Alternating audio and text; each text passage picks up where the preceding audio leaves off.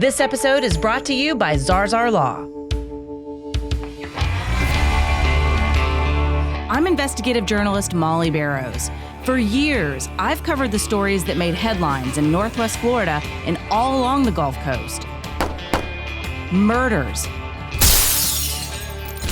missing persons, and mysteries of all kinds. These cases are far from over for many victims because the full story has yet to surface. Join me for Gulf Coast Confidential, where I dive into the saltier side of the South and expose the lies, greed, and corruption that often weighs down the truth.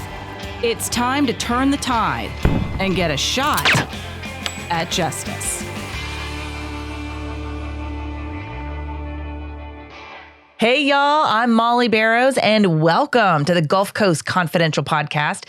As you know, if you're a regular listener, this is where we cover some of the most scandalous crimes and cases that bubble up right here in Northwest Florida and well beyond. Pam Hill joins me as always. She's a victim's advocate, a pharmacist. She has sadly experienced violent crime in her own family. For those who followed the show, they're familiar with her story. And if you're new to the show, we want to welcome you and thank you so much. And for those who are regular listeners as well as new listeners, please don't forget to like and subscribe. We would absolutely love it. It's all right there at your fingertips, whether you're watching on YouTube or listening to wherever you listen to your favorite podcast. And a special shout out, I meant to do this a couple of episodes ago, but to Miss Beverly Bryan, who is a regular subscriber to our show. And we appreciate her support so much for that. Definitely. And a little shout out to our banker. We got the best banker in the world. I know. Tanya. We're moving right along. We're so proud of the success of Gulf Coast Confidential. And we met a fan and a young woman who is so incredibly helpful. And we want to thank Tanya so much for helping us establish our business feet from underneath, or get our feet underneath us, if you will, business wise. That was the best. I have to say that was the best experience I've had with the bank ever. Oh, me too. And she sure made that easy. She did. I mean, to me, going to the bank is a little bit like going to the dentist. You're kind of like, nah, here's my license. I gotta go, but I don't really want to go. Right. No, she made it like painless. It was absolutely. Great. Well, today we're talking about an episode called Teen Chase Jones Addicted to Speed Kills 4. This is such a sad story, y'all. It's a tragic case involving a teenager in Seattle, Washington. He was going over 100 miles an hour, probably closer to 112, 113, when police say he ran a red light and crashed so hard into one mom's carpool van that he killed 4 people, including 3 children. He killed 3 of those people instantly, and then he seriously injured 2 other children. The mother driving was killed, along with 2 12-year-olds and a 13-year-old child, as well as 2 other children. Her children were not killed, but they were 14 and 11, and they were seriously hurt. Well, it turns out, y'all, that Chase Jones had a history of speed-related crashes. In fact, this car was practically brand new because he had crashed 2 others, and this happened. Both of those crashes happened within a year of each other. So why did it take so long for the law to catch up to him? We're going to talk all about that in just a few minutes. But first, we want to talk about a few other cases that we're watching in our hold my tea moment. Yeah, not hold my beer. Hold my sweet tea. No, although I have said hold my beer on occasion. There's some wine right there. Hold my wine. Hold my little tiny flask. But yes, this is my hold my Milo sweet tea moment, because this is some pretty crazy stuff. So, of course, we've talked about Luigi Mangione before. Yes. We've got a little bit of an update on that. He hit the $1 million mark for money raised for his defense fund. Is one thing I thought was kind of interesting. Wow. Yeah, people support him. Obviously, there's a lot. I don't, as we've talked about in the episode about his case, I do not advocate for murder as an answer for problems, but he certainly did raise and bring to light and get the conversation started on just how frustrated people feel with the health insurance industry. Well, I'm all for that. Let's talk about the health insurance and the frustration and the cost of health care and access to it and everything. Let's talk about all that, but, not to the point where we're shooting and killing each other and or being disrespectful to each other. But I think he was just so frustrated and didn't know where to go with things. And now the CEO of United Healthcare, his life and his family are changed forever. Mangione's has changed forever. Everybody's almost is. But then we've got him. He hadn't asked for this money. this money has come organically to him. And now it's not just a state case, it's federal also, now with federal. And they are also holding up the death penalty there. Oh, my goodness. Well, it's interesting because now he's become a pop culture icon of sorts. They've even written a musical about him, I understand. Right. Yep. In California, they said Luigi with a big exclamation point, the musical. And I was like, oh, we really have jumped over into pop culture It here. almost seems too soon. Yeah, it made me a little bit sick at my stomach because I was like, really, this is not, I love musicals and I love theater, but this has definitely been theater of a terrible proportion. But it just shows you where we are right now. It's just we need to have some intelligent conversations. And I just hate when people, conflict resolution, when it goes killing, hitting, stabbing, whatever. We got to do better than that. Yeah, I agree. And it reminds me of the musical Chicago, which is one of my favorites. Yeah. Of course, I love the movie version with Richard Gere and Renee Zellweger. And anyway, I loved it. But, that's actually based on real cases that happened, early in the 20th century. And it was during a time when women were accused of killing their lovers, whether it was a husband or a boyfriend. And they basically gave these very sad stories as to why they did what they did. And so there was this public outcry and this public support for them. So regardless of what the law said about their alleged crimes, they basically were found not guilty because of the popular, the swell of support that they had from the public. So it'll be interesting to see. I think that probably that's what this musical is trying to tap into, some of those issues. Yeah, jury nullification-ishness. Yeah, exactly. Well, that's not the only case we're watching. We're also watching one about a man named Kenneth Palter. He killed his wife after caretaking her for just a few days, and his reason was exhaustion. This is just tragic. I have been a caretaker. I cared for my mom for about 13 years after my dad passed. She passed not too terribly long ago, about a year and a half ago. She stayed in a nursing home, but she was in and out of my home, family members' homes before she ended up in long-term care. And it is difficult to care for someone, and my heart goes out to him. I again, don't think killing someone is the right answer, not even yourself, but we can't judge because it's hard to be in those situations. And caretakers so often, suffer in silence. Right. Well, there's not any need to suffer in silence. It's kind of awkward to be that transparent with people, but he had gotten so exhausted over just a few days, and there are people that do it for years and years and years, but he said he didn't want to live either, and that he picked out a certain cartridge so he could shoot her at a certain part to make it not as painful. And those are like too many details, I guess, but he wanted it to be as humane as possible. And I got to thinking about that. Where does one go? And I started looking at it, and the Council on Aging here in West Florida, I know them to be good from working with them with pharmacy. They got the Meals on Wheels and Alzheimer's respite and caregiver support, because that's the kind of group you can go in there and go, you know what? I'm kind of ashamed to say this, but I'm tired. Yeah. Well, because you don't want people to judge you. Yeah. And I think about that, too. Years ago when I was a young buck reporter, if you will, and I remember one afternoon there was a call. This was back when we had scanners, so you could hear the police traffic on scanners. Now so much of it is digitized.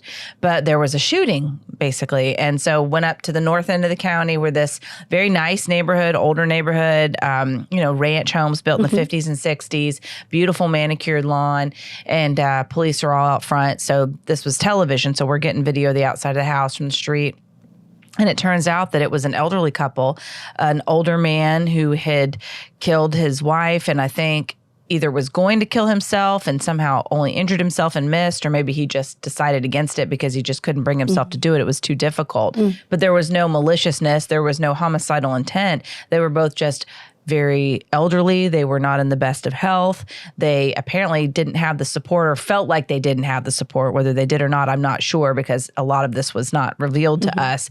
But in essence, it was an older couple who felt like they had reached the end of their lives, and they were unhealthy and unhappy and miserable to a certain extent. And I think there was some talk that they didn't want to be a burden to the family members that they did have, so that they felt like that was their option. And it just hurt my heart so much to feel so frustrated and so isolated. And over the years, I've heard of similar stories that have popped up. Right. Yeah, and everybody's not churched or friend or in groups and stuff, which I feel like as we get older, those are so important, just like they are all our life, because then you got people to talk to back and forth, bounce ideas off of. There is help available locally and all over. Just look under senior services, and then there's usually a number there you can call and start with what you need. Absolutely. And it's good to know that there are other people out there who know what you're going through and they can give you that support.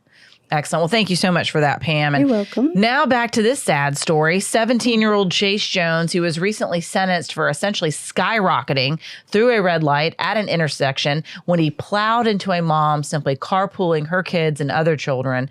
Police say, Pam, he never even touched the brakes. Can you imagine? Witnesses were saying he was weaving through traffic, basically completely disregarding safety for himself and others, and then plowed through this intersection. He hit her so hard, what I read is that it caused the passenger side of this van to compress 3 feet. And then it rolled and hit 2 other cars before it rolled and finally came to a stop. 3 people were killed instantly, even the mom, and that was such a sad situation. And apparently it wasn't even his first speed-related crash. So I think that caused quite the outcry and the outrage in that community in Washington State where this happened, that they were like, why was this guy even still driving? Right. He had 2 crashes just like this before for excessive speed, not like 80 or 90. That's a lot too.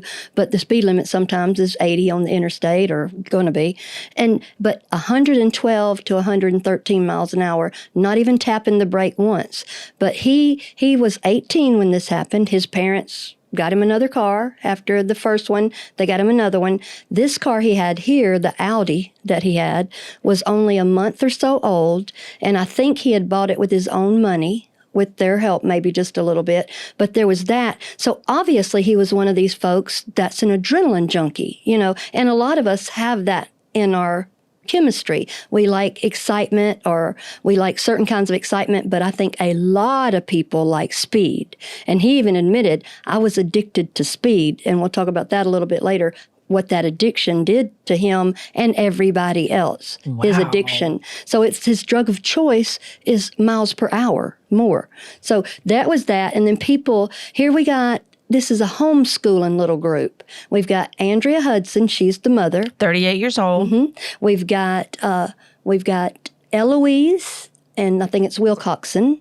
And she had a sister, Matilda Wilcoxson. Eloise was 12, I see, and Matilda 13. 13. And then there was Boyd Buster Brown. I love that name. Yeah, I loved learning about this little guy. He was 12. And they were all friends and stuff. Andrea was driving them. They were doing a homeschool type of thing, and it was the carpool. Then 2 of Andrea's children, one was 11 and one was 14, were hurt in this accident. One of them has some traumatic brain injury forever, and the other one has some autoimmune and some mobility problems forever. Okay. And they lost their mommy forever. They lost their mommy forever. And then, so you've got 3 families. They're as sweet as they can be. That's why I put the heart here on the table, because out of all this hot mess, and we're going to get to the victims in a minute here, but I just see Jesus all through this. I watched this whole trial, and I watched that young man, Chase, and he sat there. He had a private defense attorney, but they did a plea deal, and the prosecutors and the defense did a plea deal. This has been the best judge I've ever seen. He was compassionate, emotional. Anyway, it just all came together. And this is so horrible. Well, and I saw a little bit myself, and he was crying. Yeah. He certainly seems remorseful. He wasn't sitting there saying, I shouldn't be punished. I shouldn't take responsibility for this. I should be back out on the street with a brand new Audi. I didn't sense any of that. No, he was remorseful. He was actually trembling and sobbing and tears running down his face and lip quivering. He's 19 years old now. He was facing life. I mean, these are 4 lives he took. Just like you said, jetpack through there and injured 2. Yeah, he was charged with vehicular homicide as well as, I believe, vehicular battery for the kids that didn't, that were injured. Right. So the judge kind of stood back and let them decide this back and forth. Now, these prosecutors, but the family had a lot of say-so in it.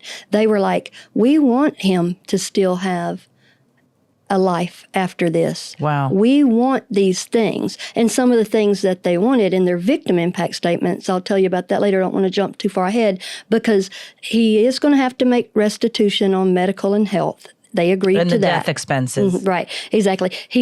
See what happened, the risky behavior popped all that dopamine off in his head, and he could stay sharp and focused and impulse. Just that's all he was doing, driving, but he wasn't tapping anything. He ran a red light. In a 40-mile-per-hour zone. Right. Well, I tell you what, now's a good time, since we're talking about accidents and bad things happening when you least expect it. I think now's a good time to mention that we are very thankful for our advertiser, Zarzar Law. Joe Zarzar is a personal injury attorney here in the Pensacola area, throughout Northwest Florida, really. But he is one of the best. He represents folks who really takes on the tough cases. Yeah, and, he's representing one family who, Mr. Bill Bryan, who passed after Dr. Thomas Shiknowski accidentally removed his liver instead of his spleen. Joe was saying he expects this to be the biggest medical malpractice case in the country. And he's represented any number of accident victims. In fact, he has billboards all around town saying, careless drivers hate Joe Zarzar. So if you're looking for a personal injury attorney, I know who I would go to. I rely on him for a lot of advice when it comes to some of these legal cases that we cover, but he's also a very good attorney. So we appreciate his support here on Gulf Coast Confidential. And again, want to let you know that if you are looking for somebody to talk to about an accident or some wrongful thing that happened to you you were injured through no fault of your own, then you can check out Zarzar Law. Right, because he'll show up and suit up, and he'll tell you like it is, and I like that. Yes, and this was certainly a reckless driver. So you were basically saying he was enjoying the feeling so much that he got from speeding that it just everything else sort of disappeared around him. The consequences weren't uppermost in his mind, certainly. Oh, not there at all, because the dopamine rush, that like when people that gamble, they hear that machine do this, and they hear the music and the lights and stuff.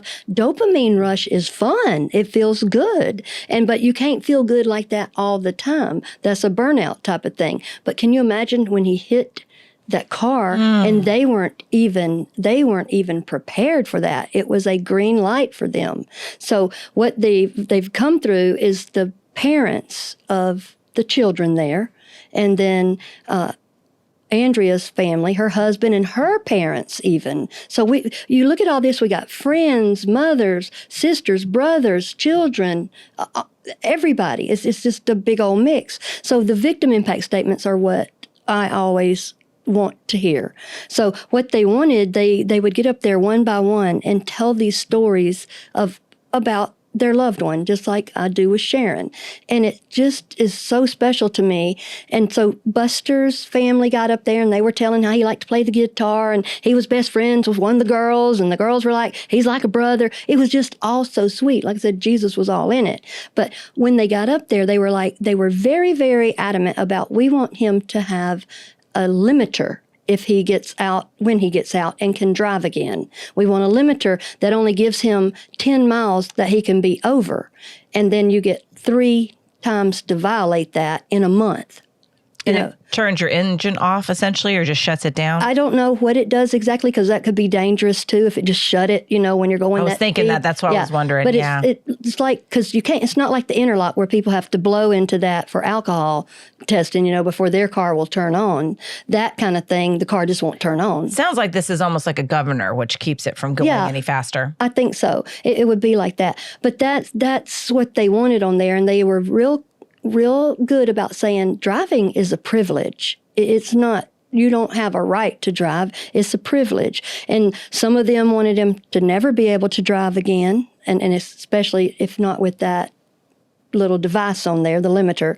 And some of them wanted him to be able to, and what have you. But the limiter and the body cams and the autopsies and the funerals, they wanted him to have to look at all of those. Look at all 4 funerals, the body cams, and read the autopsy. So that he would understand the consequences of his actions. Right. But you contrast that to some people that are yelling and screaming at someone, and they're like, you did this and you did this. He's very aware of what he did.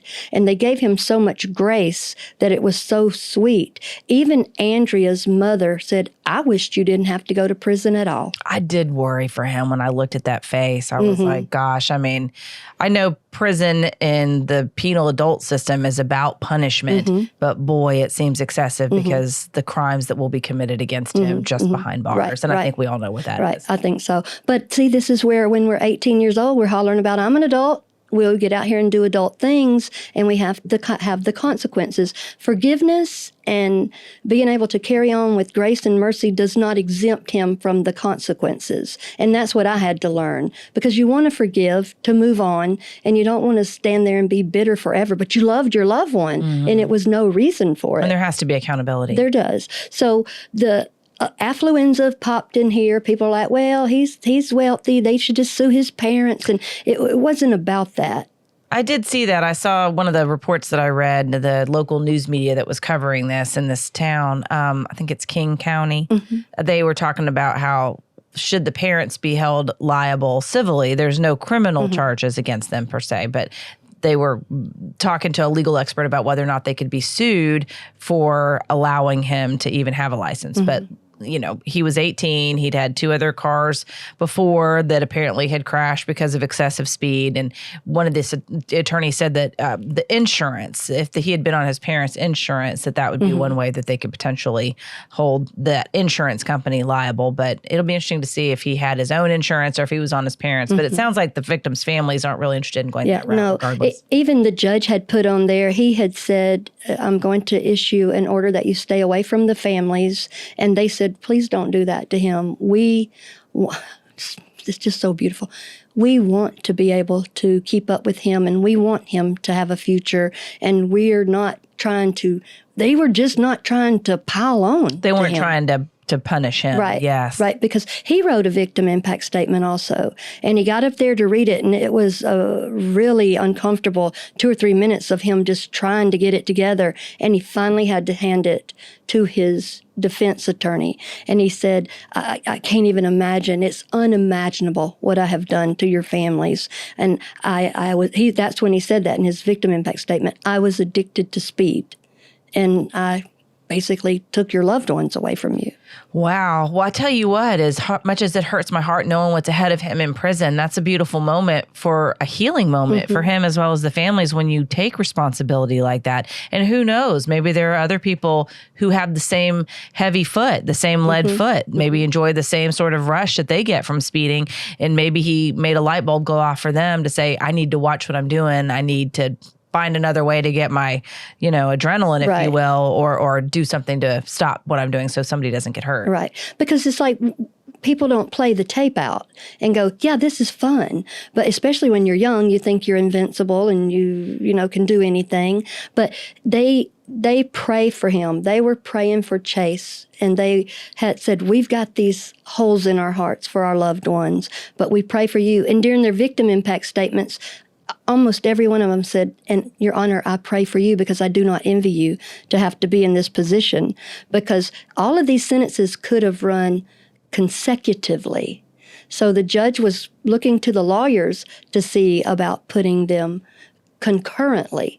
And so so they would run together and not back to back. Right. Because 4 of those times, I think it was like 20-something years, that would be 80 years. Yes, he was facing 4 counts of vehicular homicide, 2 counts of vehicular assault, not battery, which is what I said earlier, but vehicular assault as well as reckless driving. So the plea deal he took ended up getting him 17 and a half years in prison. So if and when he does get out, if he serves the entire length of time, he'll be late 30s, and so that's still young enough to come out and start your life and hopefully have a life outside of prison. Right. And that's what they hope he learns from that. And it would just they're like, we're struggling. We're not going to say differently. And one of the dads was like, a word that keeps popping up for me is hate. And then I didn't know where he was going with that, because he started another way. And he said, I hate Tuesdays. I hate red lights. I hate Audis. It changes your whole life. But I do not hate Chase Jones. And I was like, oh my goodness. And I mean, those were his kids. And then one of them, that's his wife, and his kids are hurt. And will be for a long time.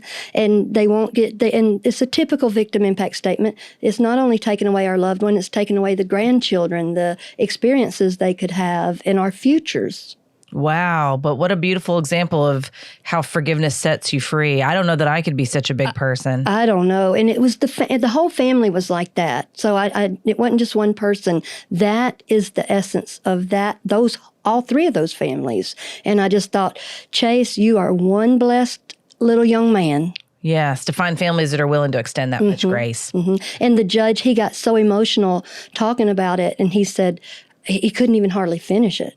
But he said they'll never be the same, and he almost cried. I think his voice did crack a lot of times. But that's the kind of judges, because that shows they're using their judgment and their wisdom, and they're applying the law too. So to me, applying the law with humanity. Exactly, with grace and humanity, and letting the attorneys be the attorneys. Because the prosecutor, they could have been real ugly acting if they wanted to, but they did what the families wanted. Yeah, that's wonderful. Yeah. Well, it's a sad situation, but one of the things that really stuck out to me is that she was just doing what so many of us do every single day. She was just driving her children and driving other folks' children to run errands, to take part in school activities. He was doing what a lot of people do every day, which is thinking about himself and what he enjoys. And I see it all the time just driving around town. I am a speeder myself. I'd like to think that I'm not going 113 miles per hour. I think I would scare myself if I were doing that, but I've been known to have a lead foot,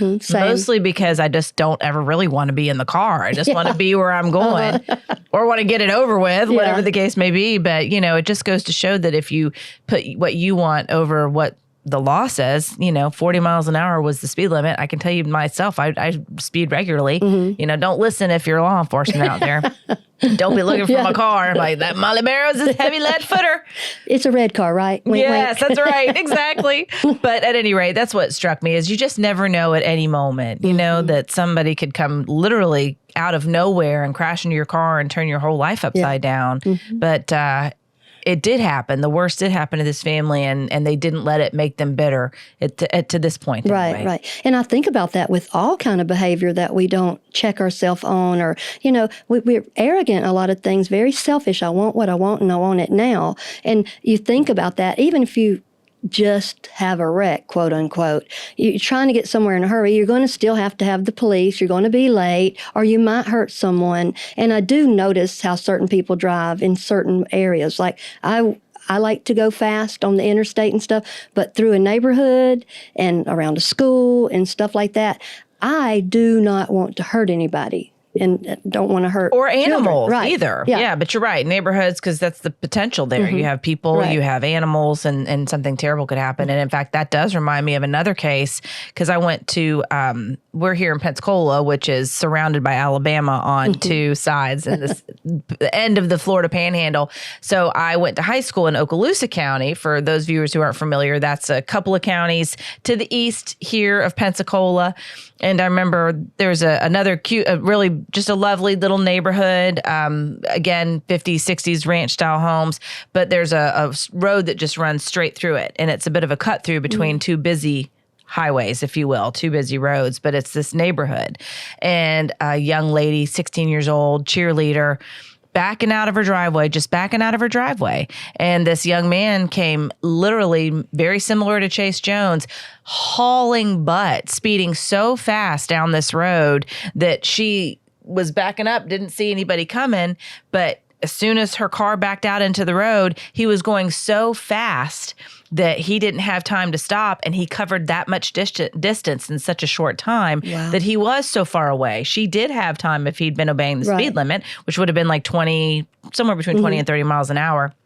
But essentially, he plowed into her and killed her instantly for backing out of her driveway in a neighborhood, all because he was in a hurry and he saw a straight road ahead of him. And our selfishness and what we want gets us in trouble a lot of times. Yeah, I know. Well, I'm certainly happy that this family has found a way to find some peace and move forward in such a tragic situation. And I hate it for Chase Jones that he's got 17 and a half years of prison ahead of him, but maybe with good behavior and we'll see what else. Maybe there'll be some opportunities for him to get out early. Yeah. And I just think that all things being equal, that we can do better in things and look at each other with humanity. Absolutely. Well, Pam, thank you so much for suggesting this case. This has been a fascinating one. Yeah. And sad. Yeah, it is. It's very sad. And we thank you so much for joining us as well.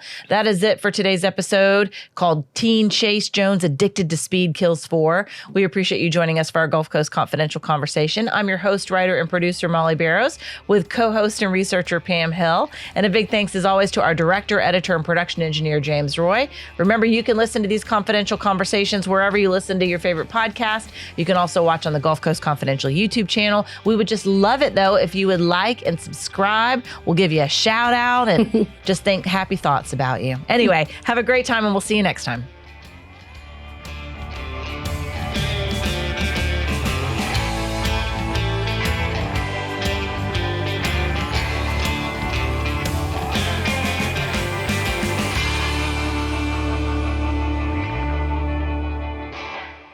This episode is brought to you by Zarzar Law.